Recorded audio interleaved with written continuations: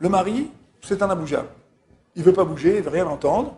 Et la femme, elle se plaint. Elle dit, j'ai beau lui dire, ça fait 15 ans qu'on est mariés, ça fait maintenant près d'une dizaine d'années qu'on a tout le temps le même problème, et j'arrête pas de lui dire, j'arrête pas de lui expliquer, et il n'y a rien qui bouge. Et là, maintenant, j'en peux plus.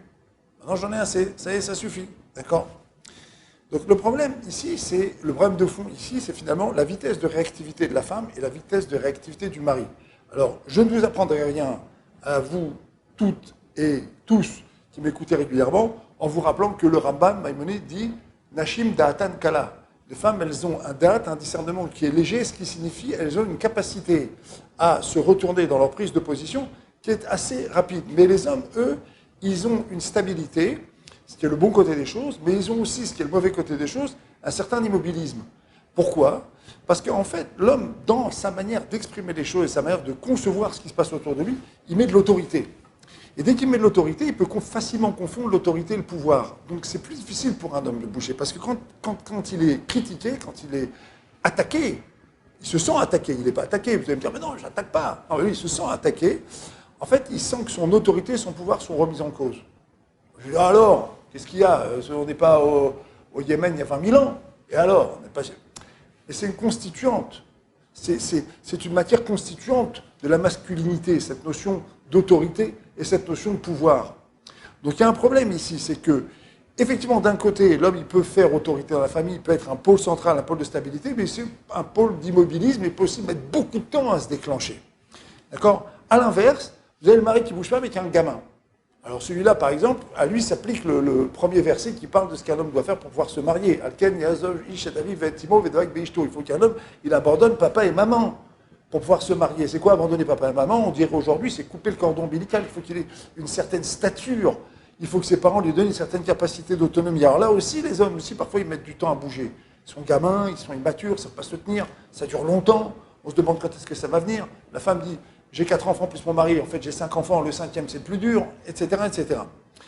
Dans tous les cas de figure, quand on constate comme ça de l'immobilisme, mon mari ne bouge pas, ne change pas, en fait, ce qui a fait ses preuves, c'est tout simplement que la femme se mette à changer d'attitude. Par exemple, si elle a affaire à un mari immature, qu'elle arrête de le chapitrer, de lui expliquer ce qu'il doit faire, qu'elle arrête de lui dire qu'il est immature, qu'elle s'adresse à lui comme à quelqu'un qui est mûr, qu'elle arrête de le considérer comme un enfant. Si elle a affaire à quelqu'un qui est trop dur, quelqu'un qui veut pas bouger, qui est intransigeant, qu'elle-même commence à parler de manière beaucoup plus souple, qu'elle commence à changer. Pourquoi? Parce que l'essence même de la femme, d'après nos textes, c'est d'être Ezer Kenegdo. Ezer, c'est-à-dire qu'elle aide, Kenegdo, elle est contre, si le mari, donc, ne fait pas ce qu'il doit faire. Ok. Mais dans tous les cas de figure, la femme, elle est en quelque sorte comme un effet miroir dans le couple. Ça veut dire que l'attitude qu'elle va adopter, c'est ce qui va alerter avec le temps le mari sur la nécessité du changement. Alors je sais ce que vous allez me dire, vous êtes mignon, mais moi aujourd'hui je suis en crise, il faudrait que ça aille vite. On connaît ça aujourd'hui sur Internet, on connaît ça aujourd'hui dans les thérapies, il faut que ça aille vite, rien ne va vite aujourd'hui. Des problèmes qui ont 10 ans, qui ont 15 ans, qui ont 30 ans d'âge ne se règlent pas en l'espace de 2-3 séances, en l'espace d'1 heure. Ce qui est vrai, c'est que ce que je vous indique ici, c'est un chemin qui est long, mais en fait qui est court. À partir du moment où la femme change complètement d'attitude, regarde les choses de manière complètement différente, s'exprime de manière différente, automatiquement, le mari va petit à petit s'ouvrir, il va dire, tiens, c'est bizarre. Par exemple, si la femme s'arrête de le critiquer, de le rabaisser tout le temps, et qu'elle va commencer par se comporter de manière plus avenante, le mari il va avoir quelqu'un d'autre devant lui. Si la femme, par exemple, devient au contraire plus exigeante, avant elle n'était pas exigeante, mais elle devient un peu plus exigeante pour elle-même, et en même temps, elle demande des choses au mari, qu'est-ce qui va se passer? Le mari va dire, tiens, quelque chose est en train de bouger. Dès que la femme va bouger dans cette configuration, les choses vont complètement changer.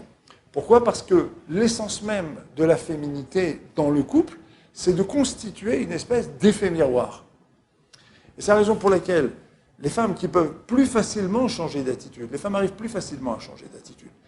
Si on n'a pas dépassé un certain niveau de tension dans le conflit, on n'est pas arrivé aux injures, aux insultes et autres, etc., mais qu'on est dans ce que j'appelle des conflits basse tension, c'est finalement on est dans une configuration où on voudrait une autre communication, mais on n'y arrive pas, finalement, ce qui va se passer, c'est que les choses peuvent changer, tout simplement parce que la femme change. En fait, la femme est beaucoup plus souple. Dès qu'elle parvient à changer, dès qu'elle parvient à se réorienter, elle réoriente toute sa famille, toutes les énergies de sa famille. Ne fût-ce que le ton de la voix, ne fût-ce que la manière de demander les choses, ne fût-ce que la masse de compliments ou d'encouragement qu'elle va donner à son mari. Alors évidemment, c'est réciproque, le mari aussi doit encourager, le mari aussi doit féliciter. Mais lorsqu'on est dans une problématique où on sent qu'on est un petit peu bloqué, là c'est ce qu'on essaie de développer, mon mari ne bouge pas, d'accord? La femme a une clé à jouer, une clé du bonheur, une clé simple à jouer, qui est d'augmenter la dose des compliments, d'augmenter la dose des félicitations, et en même temps de changer de ton de voix, de changer de manière de se comporter, et d'indiquer par là une espèce de nouvelle voie à son mari. Et donc, très rapidement, le mari va comprendre qu'il est en train de se passer quelque chose et que sa femme l'a alerté sur quelque chose. Et elle l'empêche au bout d'un certain temps, difficile à mesurer, mais qu'on peut mesurer dans certains couples, de dire, bon, regarde, moi j'ai un petit peu changé, j'attends de toi maintenant aussi quelque chose. Et là, comme l'atmosphère a changé, comme il y a une atmosphère un peu plus positive, et qu'on y arrive un peu mieux au niveau de la communication, parce qu'il y a plus de mots positifs et plus d'encouragement, eh ben, on y arrive automatiquement. Le mari tend l'oreille, et là, le dialogue redevient possible. D'accord? Donc n'oubliez jamais, ça c'est la clé du bonheur absolu. L'objectif, c'est toujours d'abord que moi je change, et surtout d'arriver à alerter l'autre, sans lui faire de reproches, sans le rabaisser. Parce que dès qu'on fait des reproches et dès qu'on rabaisse, l'autre il se bloque, c'est fini. Okay? Donc toujours, c'est ça la clé du bonheur absolu dans ces situations de blocage. On change d'attitude, on change de vocabulaire, et ensuite après on vient en contact, on discute, et on commence à exprimer ses demandes de manière beaucoup plus sympathique, de manière beaucoup plus ouverte. Et donc là, on suscite toute une atmosphère de dialogue où tout peut redevenir possible.